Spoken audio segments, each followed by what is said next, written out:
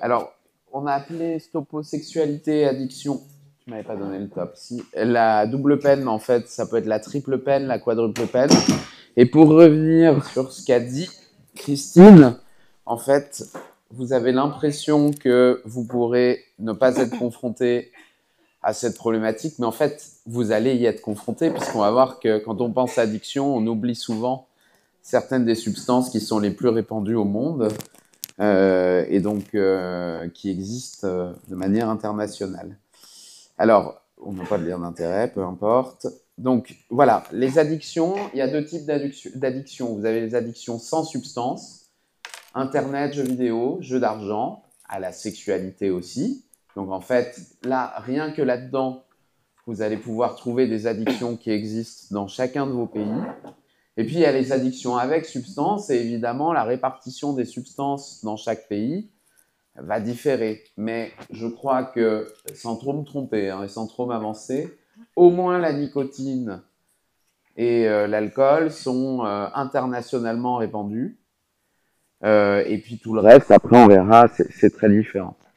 Alors, avant de vous faire un espèce de petit catalogue de quelles sont les répercussions sur la sexualité des différents produits qu'on cite ici, on va déjà revoir ensemble comment on définit une addiction.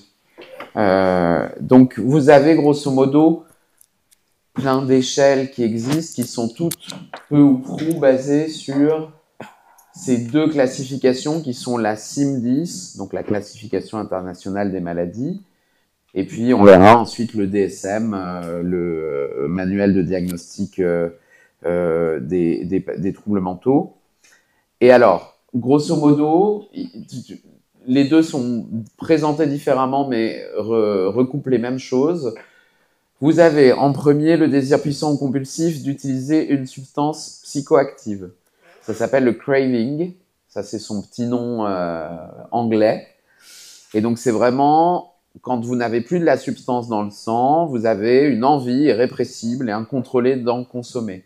Typiquement, la cigarette pour les fumeurs.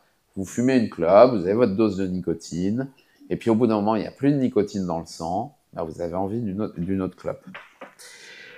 La difficulté à contrôler l'utilisation des substances, c'est-à-dire se dire, par exemple, pour les gens qui consomment de l'alcool, qui vont consommer une bouteille de vin le soir en rentrant à la maison, tiens, aujourd'hui, je vais consommer que 2 verres.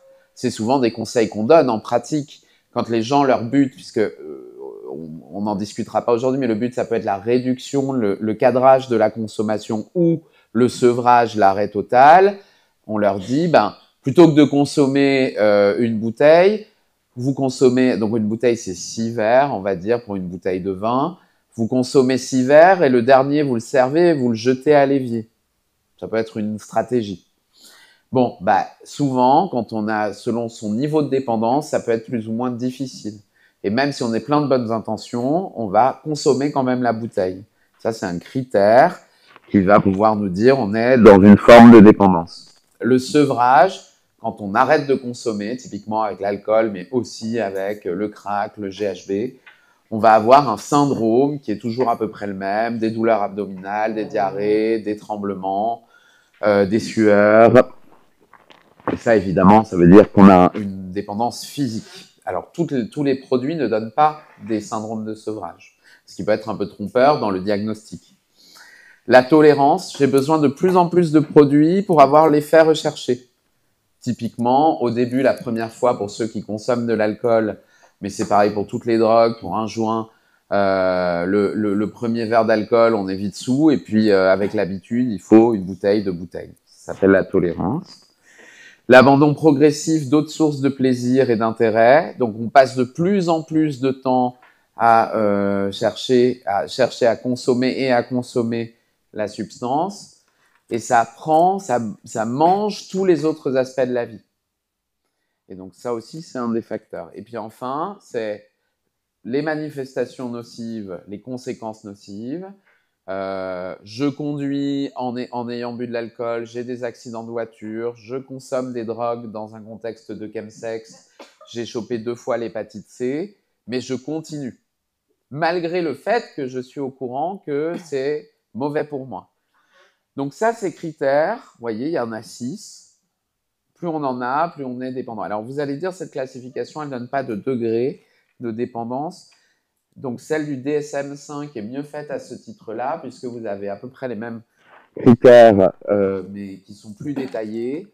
Et puis, vous comptez, et puis, vous voyez, 2 à 3 critères, c'est addiction faible ou trouble de l'usage faible. 4 à 5 critères, addiction modérée. 6 critères, addiction sévère ou dépendance. Donc, voilà. Il faut comprendre que la dépendance, l'addiction, ça correspond à tout ça. Les envies répressives, l'incapacité à contrôler ou à arrêter sa consommation, le fait que toute sa vie est mangée par la consommation, ça, c'est les critères. Donc, une fois qu'on a mis ça en place, on peut identifier les patients qui ont des addictions ou des troubles de l'usage. Maintenant, on va voir un petit peu produit par produit ce que ça donne sur le sujet qui nous intéresse, qui est la sexualité. Je vous ai mis la référence, c'est une revue de la littérature qui est très bien faite. Alors, vous verrez qu'il y a des points négatifs, mais vous verrez, et c'est quand même important de le prendre en compte dans les consommations de substances psychoactives, il y a aussi des points positifs. Il ne faut pas le nier à la personne. La personne, quand elle consomme un produit, quel qu'il soit, elle y a au moins initialement un intérêt. Et donc, ça nous permet de sortir des postures morales pour dire « Ouh, c'est mal, pourquoi vous consommez et pourquoi vous n'avez pas la volonté d'arrêter ?» La consommation, elle répond toujours à quelque chose. Elle peut apporter du plaisir. Et de tout temps, les hommes et les femmes, hein, l'être humain a consommé des substances psychoactives. Donc, il y a une recherche aussi de modifier son état de conscience principalement. Et donc, voilà. Donc, pour l'alcool, alors toujours à gauche les hommes, à droite les femmes, c'est plutôt du négatif. Vous avez des troubles de l'érection. Alors, on va passer le truc tout de suite, mais grosso modo, tous les produits, on verra lesquels, il y a quelques exceptions, donnent des troubles de l'érection chez l'homme. Par des mécanismes différents, mais voilà. Pareil pour l'éjaculation. Ça diminue l'excitation. Alors, on a l'impression quand on est imbibé ou imprégné d'alcool, ça augmenterait l'excitation. Mais en fait, ce n'est pas l'excitation qui augmente, c'est que c'est les inhibitions qui diminuent. Mais en fait, au long cours, ça diminue l'excitation. Pour la femme, pareil, diminution du désir, anorgasmie ou des orgasmes insatisfaisants, une baisse de la lubrification. Je vous les ai fait dans l'ordre du plus fréquent au moins fréquent, enfin, je ne sais pas, mais voilà. Bon, pareil, pour la nicotine, les vaisseaux se referment, et donc pour l'homme, ça donne des troubles de l'érection, et pour la femme, des baisses de lubrification et des orgasmes retardés. Alors, la cocaïne, c'est pas très répandu, en tout cas, peut-être, je sais pas bien, en Afrique, l'extension de la cocaïne, je pense pas, c'est très cher comme produit, donc à mon avis, ça doit pas être très répandu. Il doit y en avoir quand même un peu, surtout sous sa forme crack, à mon avis, plus que sous sa forme de poudre non basée. Initialement, ça augmente le désir, ça joue sur la dopamine dans le cerveau. Mais ça, c'est vraiment sur le coup et sur des consommations très ponctuelles. Mais ça peut donner tout ce qu'on a vu avant chez l'homme, baisse du désir, un trouble de l'éjaculation, les difficultés d'érection. Ça peut aussi donner à l'inverse des priapismes, donc des érections de plus de 6 heures qui sont douloureuses et qui peuvent entraîner des nécroses de la verge.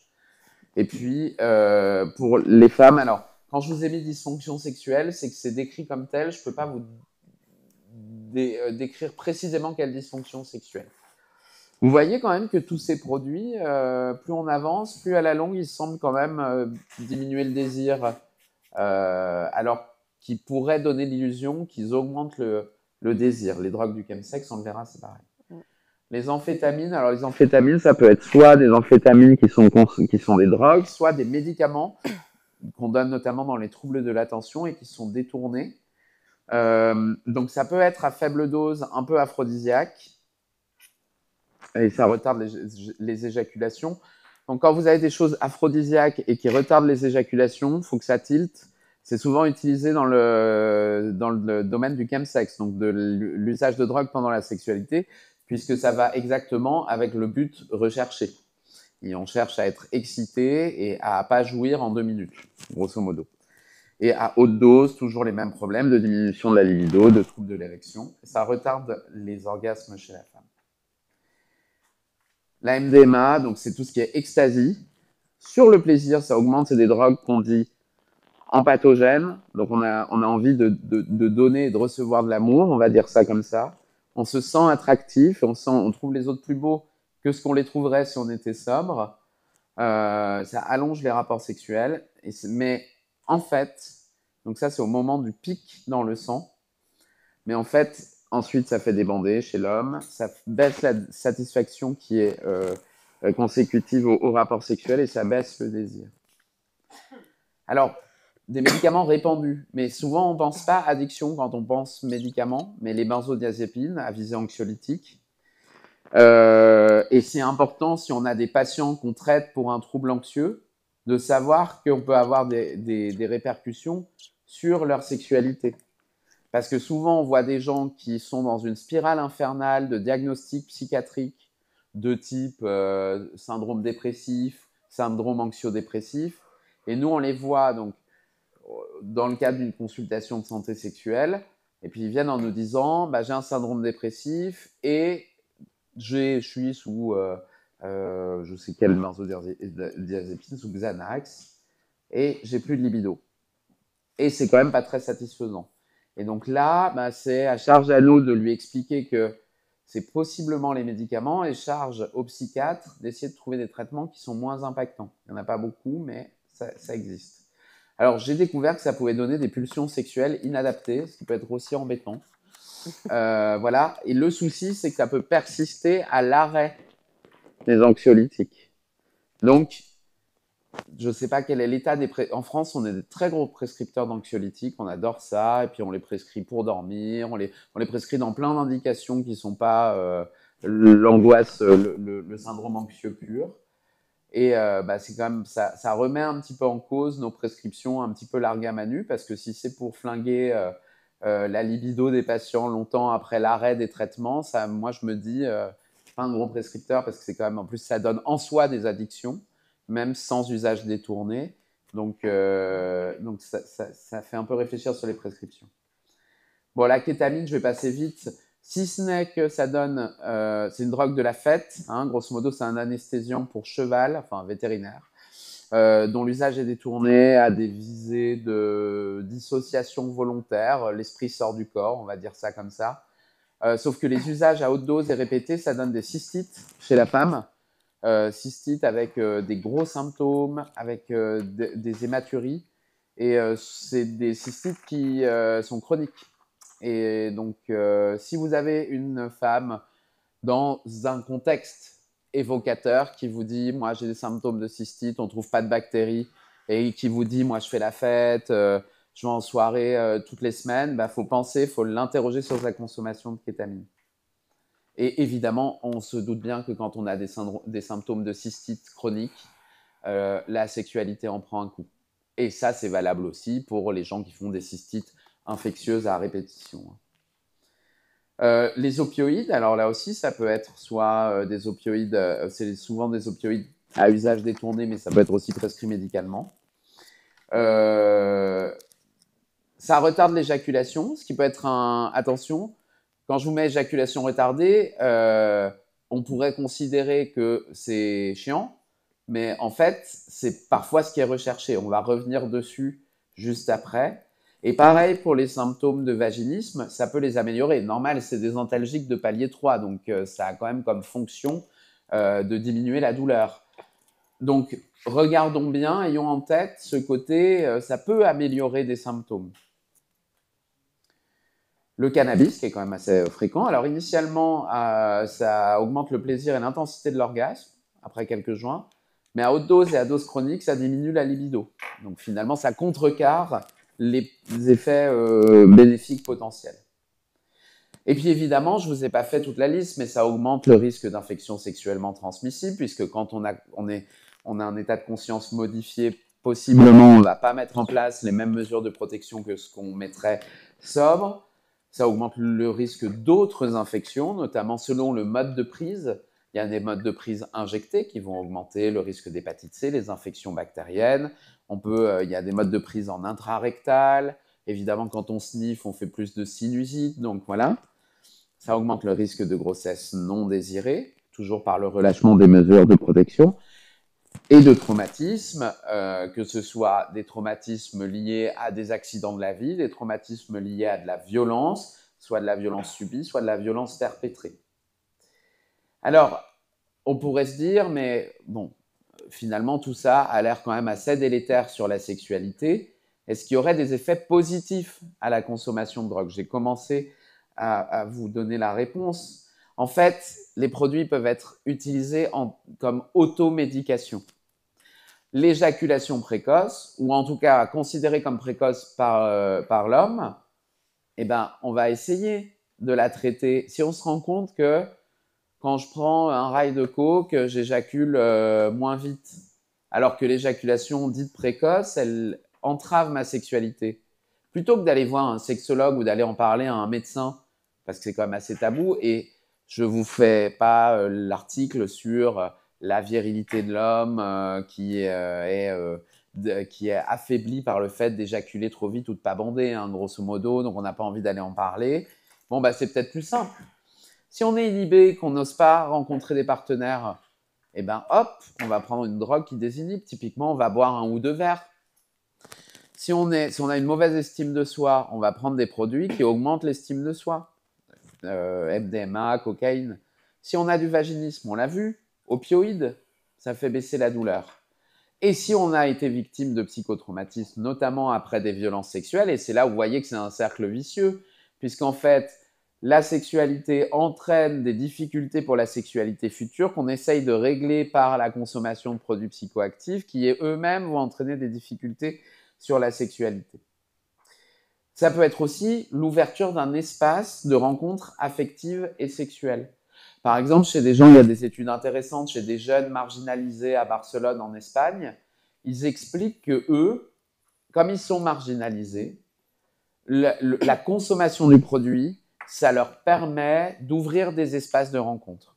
C'est autour de la consommation du produit qu'ils arrivent à socialiser, voire à conjugaliser.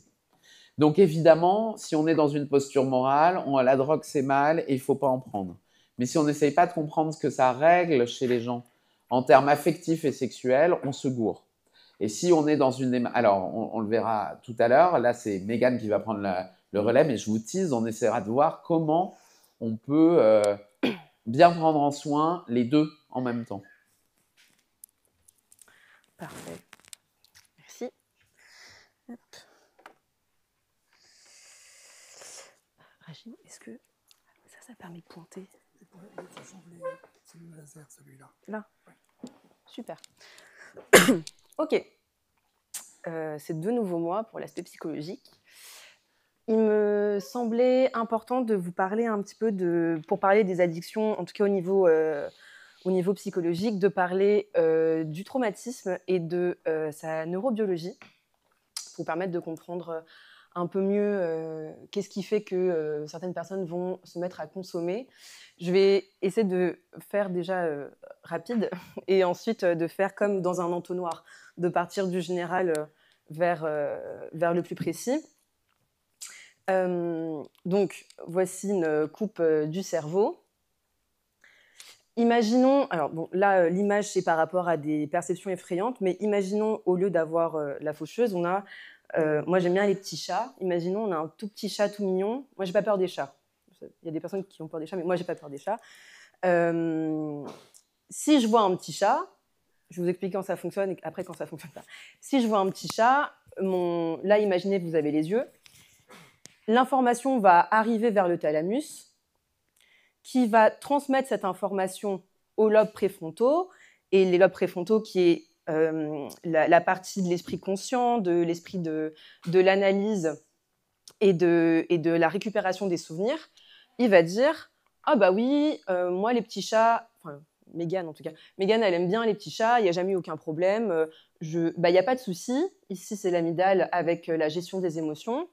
Et l'hippocampe aussi, l'information, ça va dans le tronc cérébral, c'est vas-y, tu peux caresser le petit chat, il n'y a pas de souci, aucun problème, pas de danger. Si par contre, admettons, il y a une perception effrayante, et par perception effrayante, ça peut être énormément de choses, hein. Ça peut être un accident, ça peut être des violences sexuelles, l'inceste, l'annonce du VIH, typiquement. Enfin, perception, ça peut être visible, mais c'est aussi dans les ressentis. Là, le thalamus, il va s'arrêter totalement.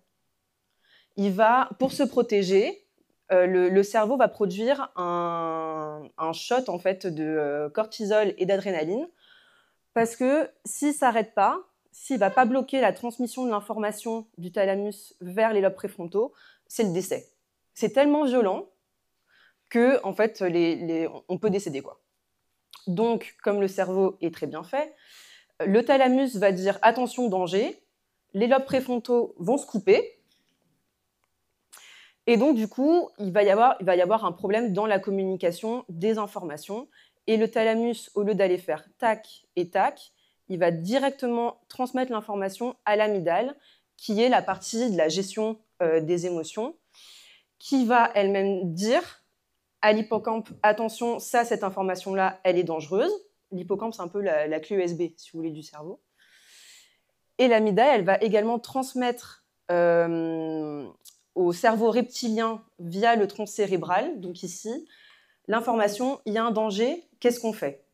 Et donc, soit le cerveau reptilien, il va répondre, il va dire, il y a des réponses archaïques, que vous connaissez, hein, qui est archaïque, donc animal, l'attaque, la fuite ou le figement. Ça, c'est comme ça que la personne va répondre à une situation dangereuse, l'un des trois. Mais également, ce qui va se passer, c'est que l'information, elle va rester bloquée dans l'amygdale. Et donc, en fait, la situation traumatisante, pourquoi est-ce qu'il y a traumatisme? Parce que la situation, elle reste bloquée ici. Normalement, si tout va bien, moi, mon hippocampe, il est censé enregistrer l'information, comme le petit chat, et de dire, aucun problème, c'était un chouette moment avec le chat, on continue la vie, etc. Sauf que là, face à un événement insécurisant et dangereux, ça va rester bloqué ici. Et donc, c'est là où en fait on va avoir un problème le système nerveux va être décalibré.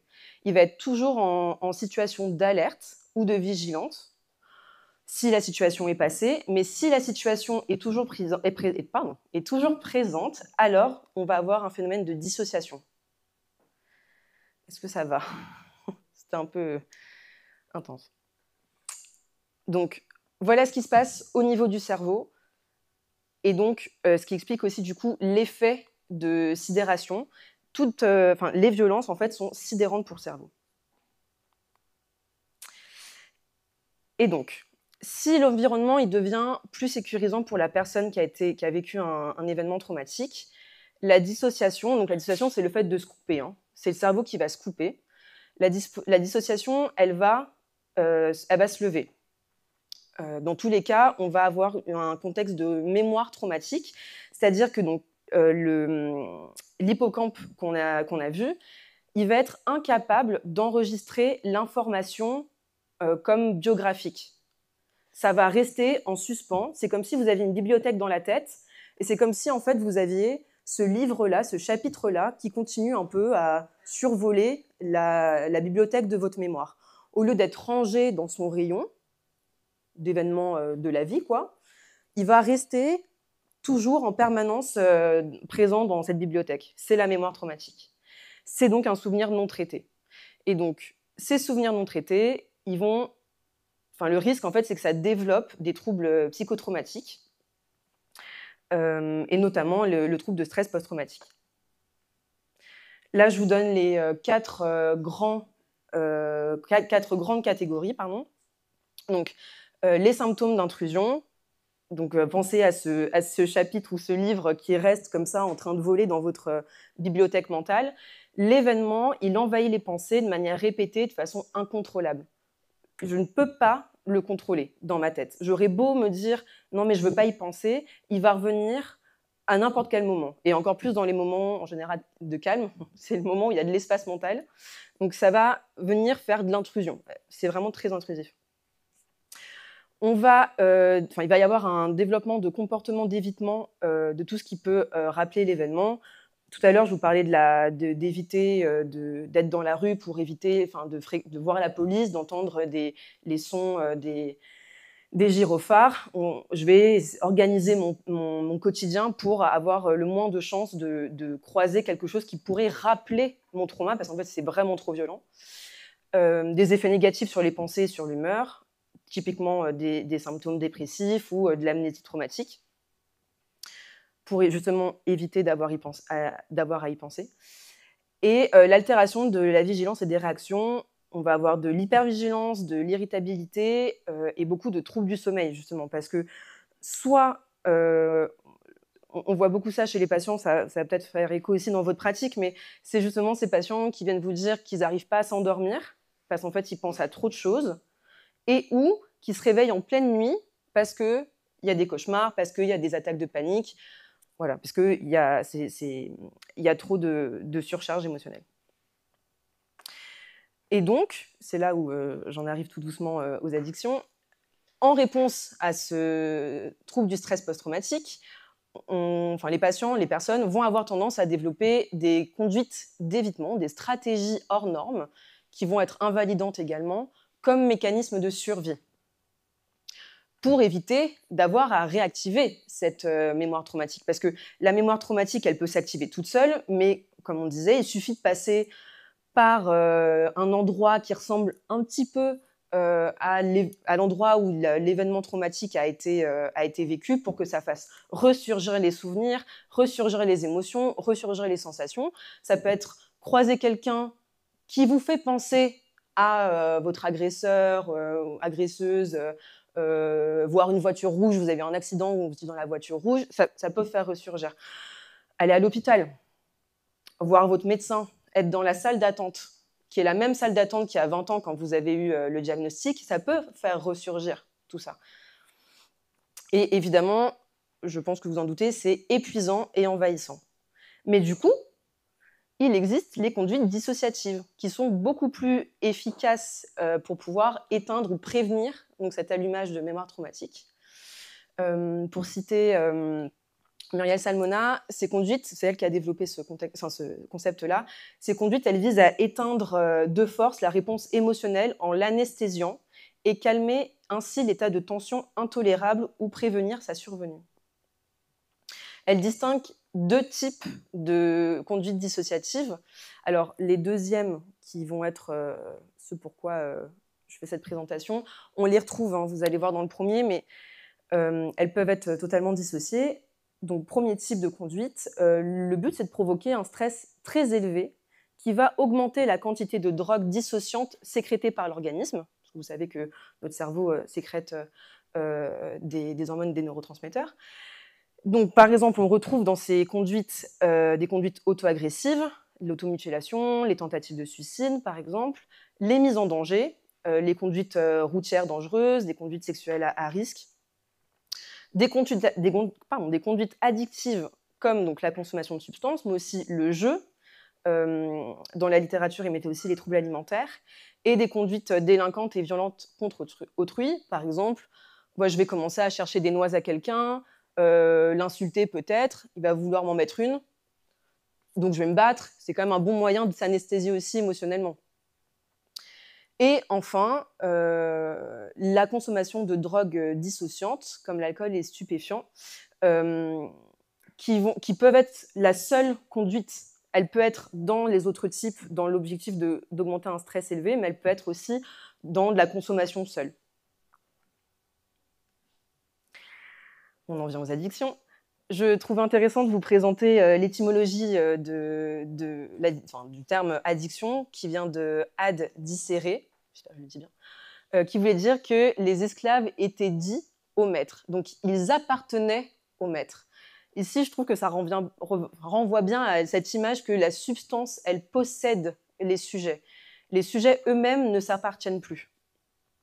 Et je trouve que ça vient bien mettre le doigt sur le fait que c'est pas une question de motivation.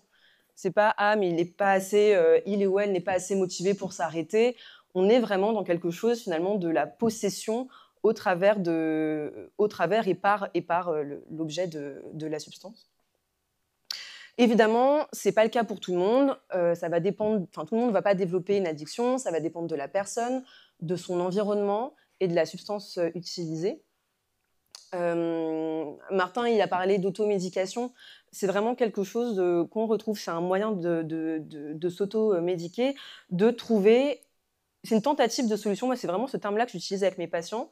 C'est une tentative de solution face à un événement extrêmement marquant, face à des ressentis extrêmement perturbants. Et souvent, en consultation, et souvent, moi, en termes d'addiction, ils viennent me voir par rapport au chemsex. Je leur dis, mais là, pour vous, c'est une tentative de solution. C'est une parmi tant d'autres. Bon, bah, au début, ça marchait, ça vous faisait du bien. Vous avez l'impression de prendre de la distance. Là, aujourd'hui, bah, donc, comme il y a les conséquences que nous ont rapportées Martin sur justement la sexualité, commence à se dire, bah là, ça commence à être un peu trop, enfin, pas assez présent en termes de sexualité et trop présent en termes de consommation. Je m'y retrouve plus. Ça avait marché au début. Aujourd'hui, vous sentez que ça marche plus trop. Et bon, bah, là, aujourd'hui, vous venez me voir, vous venez voir un psy, vous en parlez avec votre médecin. Ça, c'est une autre tentative de solution. L'idée, c'est un petit peu de déculpabiliser, parce qu'en fait, c'est extrêmement culpabilisant pour nos patients et nos patientes de consommer, de voir en fait que malgré tout ce qu'ils essayent de faire, en fait, ça marche pas, parfois ça marche, mais il y a des rechutes. Donc vraiment, l'idée, c'est déculpabiliser, leur dire, mais vous essayez, c'était votre méthode, là, ça marche plus très bien, mais c'est pas grave, on va essayer de trouver une autre solution. Je trouve que c'est important de préciser que c'est... Enfin, je trouve que c'est vraiment les addictions, c'est la porte d'entrée dans le système de soins. Ce que je disais tout à l'heure aussi par rapport aux violences sexuelles, quand les personnes viennent voir leur médecin, leur soignant, les patients et les patientes, ils viennent pas pour traiter un trauma. Vraiment très rarement, je m'appuie sur ma clinique à moi, mais ils viennent pour traiter un symptôme, parce que on va avoir tendance à percevoir l'addiction comme le problème principal, alors que finalement, l'addiction, c'est un symptôme de quelque chose. C'est la conséquence de de plusieurs maillons avant ça. Et du coup, ça fait que parfois, l'accrochage dans la relation thérapeutique, l'accrochage dans la thérapie, elle n'est pas toujours évidente, parce que parfois, les patients et les patientes, ils viennent pour traiter l'addiction et la consommation. Et quand on commence un petit peu à dire « Oui, alors il vous arrivait des événements un petit peu marquants dans votre vie, ça vous permet de quoi ça permet d'échapper à quoi ?» Moi, je demande souvent, enfin tout le temps en fait, je demande « Ça vous permet d'échapper à quoi la consommation ?» Le chemsex, c'est pour le plaisir, ça j'ai bien compris, ça fait plaisir, hein, oui, d'accord, mais ça permet de couper quoi un peu, ça met un voile sur quoi exactement? Et alors là, c'est le moment un petit peu « Oui ». Elle s'approche de quoi, la dame? Donc parfois, ils reviennent pas tout de suite. Parfois, ils reviennent. Et oui, on peut faire un travail chouette, mais c'est vraiment pas évident. Mais donc, faut être attentif à ça, que derrière l'addiction, comme le disait très bien Martin, il y a quelque chose. Et donc, on estime jusqu'à 60% de personnes qui présentent à la fois une addiction et un trouble de stress post-traumatique. J'en reviens avec ce cercle vicieux dont nous a parlé Martin. Alors moi, je vais l'aborder sous le versant traumatique. Si on part du principe qu'il y a un trauma qui va entraîner, donc qui est antérieur, hein, qui va entraîner une consommation comme automédication, le risque, comme l'a très bien dit tout à l'heure Martin, c'est qu'en fait, la personne se retrouve, en étant sous substance, dans des situations potentiellement traumatiques. Accident de voiture parce que alcoolisé ou sous consommation de substances illégales, et psychoactives. Viol pendant une soirée une chill, donc une soirée chemsex, parce que justement tellement anesthésié, mais donc aussi endormi, parce que voilà, il y a trop de prise de substances, et donc la perception du consentement, elle est totalement, et tu le disais aussi tout à l'heure Patrick, c'est plus présent. Et donc le problème, c'est que les deux, En fait, ça s'aggrave, en fait, que ce soit la conso et le trauma, l'un entraînant l'autre. C'est Kramer et ses collaborateurs dans leur recherche qui montraient que donc il y a plus de risques de développer un trouble de stress post-traumatique chez les personnes qui consomment et que la probabilité, elle est plus importante s'il s'agit de substances psychoactives illicites que l'alcool. D'où l'importance en fait de travailler sur les deux dimensions à la fois. Et donc justement, très souvent, on nous envoie des patients en disant bah voilà, il y a de la consommation, il faut que la personne elle arrête de consommer. Ah non, pas tout de suite. À quoi elle sert en fait cette consommation? Vraiment. Et donc très souvent quand les patients me disent je vais me sevrer, je vais arrêter, comme tu disais Martin, ok, mais d'abord est-ce qu'on n'essaierait pas de réduire un peu? Parce que en fait le risque c'est de la rechute. Si on veut arrêter le médicament, en fait c'est ça, hein, si on veut arrêter le médicament sans comprendre pourquoi est-ce qu'il y a un symptôme pour ce médicament, en fait, ça va recommencer. Ou le risque, c'est que ça se déplace encore sur un autre produit, sur un autre comportement. Donc, voilà, moi, je travaille toujours sur les deux. On va essayer de trouver un petit peu des stratégies pour réduire la consommation, tout en essayant de repérer qu'est-ce qui fait qu'il y a de la consommation. Pour finir, s'il y a des addictions, ne pas hésiter à questionner sur l'existence d'événements marquants dans l'histoire des patients et des patientes. Alors encore une fois, il ne faut pas y aller, faut y aller doucement, il faut créer vraiment un lien de confiance. Mais ce qu'on voit vraiment, c'est que le trauma, il est trop souvent, trop peu diagnostiqué.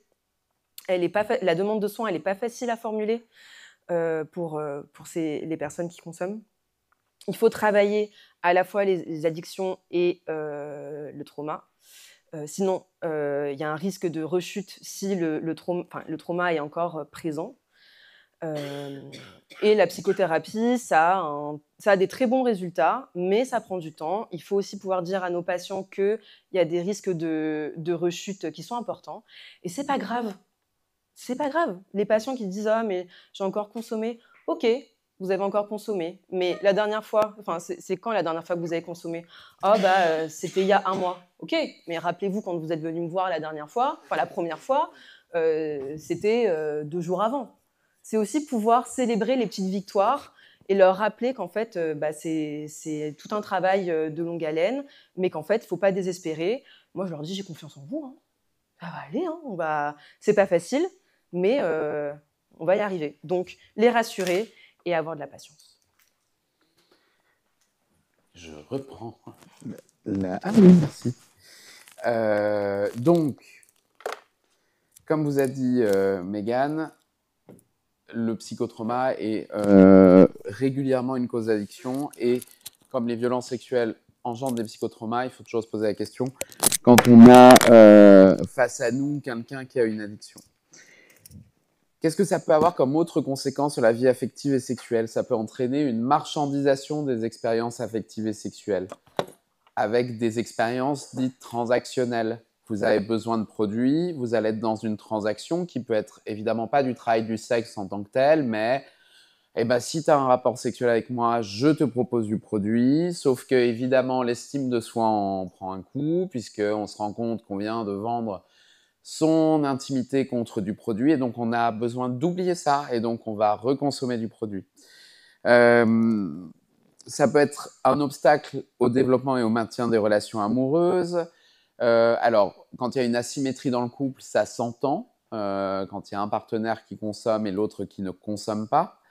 Ça peut être aussi quand les deux consomment, puisqu'en fait, on a l'impression qu'on ne pourra jamais accéder à une diminution, voire un sevrage des consommations si son partenaire consomme. Et nous, on le voit souvent dans le cadre du chemsex, quand les deux consomment, ça peut être très compliqué parce qu'il faudrait que les envies de prise en soin des deux soient complètement synchrones et souvent, elles ne le sont pas.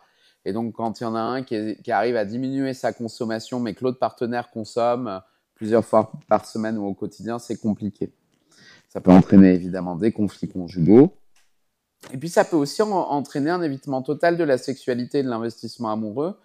Grosso modo, la relation est vécue comme étant plus contraignante que la consommation de produits qui, par définition, en tout cas, semble être plus simple, et donc des gens qui vont se replier sur la consommation de produits en laissant de côté tout ce qui est compliqué dans la relation à l'autre, les conflits, le fait de... Enfin voilà, tout ce qui est compliqué. Alors, la prise en soin, évidemment, ça veut dire qu'il faut détecter les troubles de l'usage, voire les dépendances, chez les personnes qui consultent pour des dysfonctions sexuelles, puisqu'on peut être dans des mécanismes d'automédication. Et il faut essayer, tant que faire se peut, de détecter les dysfonctions sexuelles, voire affectives, chez les personnes qui consultent pour des troubles de l'usage et de la dépendance. Ce qui veut dire que, à mon sens, on peut difficilement faire l'un sans avoir des notions de l'autre. C'est en ça que c'est important. Alors, tout le monde ne doit pas être addicto quand il est sexo, et tous les addictos ne doivent pas être sexo. Mais en tout cas, il faut au moins avoir quelques petites connaissances sur tous les mécanismes dont on a parlé avant. Il faut évidemment essayer de prendre en soin en même temps les dysfonctions sexuelles et le trouble de l'usage, notamment quand la consommation elle est liée à la dysfonction, parce que le trouble de l'érection chez quelqu'un qui consomme de la cocaïne tous les jours, vous pouvez essayer de le faire de la sexothérapie, de lui mettre du Cialis, de tout ce que vous voulez, il aura toujours ces troubles de l'érection. Et en même temps, si on ne s'occupe pas de la conso, on n'y arrivera pas. Alors, les outils, c'est tout le monde. Ça va être le médecin sexologue, le sexothérapeute, la psychothérapie, le travailleur social. N'oublions pas que si on ne règle pas les problèmes sociaux de nos patients qui ont des addictions, on n'arrive à rien, puisque parfois l'addiction répond en partie à la problématique sociale. Et évidemment, ne pas oublier la prévention des IST, la contraception, enfin les choses là que tout le monde connaît. Alors, je voulais juste terminer une dernière diapo, parce que en fait, c'est la double, mais c'est aussi la triple peine. Je remercie Joseph d'avoir montré ces cartes hier sur notamment la pénalisation de l'homosexualité. Mettons-nous dans le contexte du chemsex, donc l'usage de drogue pendant les rapports sexuels. Vous avez des pays où la consommation de produits est punie de peine de mort. Vous avez des pays où l'homosexualité est punie de prison ou de peine de mort. Comment voulez-vous imaginer que quelqu'un qui soit dans ces problématiques-là puisse consulter qui que ce soit s'il risque d'être condamné pour sa consommation de produits et ou son orientation sexuelle? Ce qui veut dire que dans certaines problématiques où il y a et des problèmes liés à la sexualité, et souvent quand on est dans des situations de minorité, et des problèmes de consommation de produits, on est dans l'impasse. Et en France, on peut être dans cette impasse-là aussi, parce que là, j'ai pris les exemples extrêmes de peine de mort. Mais en France, le fait de transporter ou d'utiliser de petites quantités de produits, ça peut être soit une amende, c'est un forfait, on dit, et ça vaut aveu de culpabilité, donc il y a une inscription au casier judiciaire. Soit, si on dit, si on paye pas son amende ou on dit, non, on va au tribunal, ça peut aller jusqu'à 1 an de prison. Donc, si vous vous dites, je fais une soirée chemsex, il y a quelqu'un qui est dans le coma parce qu'il fait une overdose au GHB. Mais j'ai peur parce que là, dans l'appart, il y a 20 grammes de 3-MMC, il y a un bidon d'1 litre de GBL, donc de GHB. Si j'appelle les pompiers, ils vont peut-être appeler les flics. Et si les flics ils sont là, on n'est plus dans le transport de petites quantités. C'est des grosses quantités de drogue. 20 grammes, petite quantité en France, je crois que c'est jusqu'à 2 grammes. 20 grammes, c'est beaucoup. Et donc, on a des gens qui renoncent aux soins. Donc, typiquement, dans ces cas-là, je vous donne l'exemple qu'on connaît chez nous. Des gens qui meurent de coma liés à des surdoses en GHB parce qu'en fait, les secours n'ont pas été appelés parce que, un, il y avait beaucoup de drogue dans l'appartement et deux, il y avait des mecs à poil avec des harnais et des trucs et que quand même, les flics, de principe, on se dit qu'ils n'aiment pas trop ça. Donc, quand vous êtes dans ces situations-là, vous avez la triple peine de l'addiction pendant la sexualité, puisqu'en plus, vous n'avez aucun recours possible.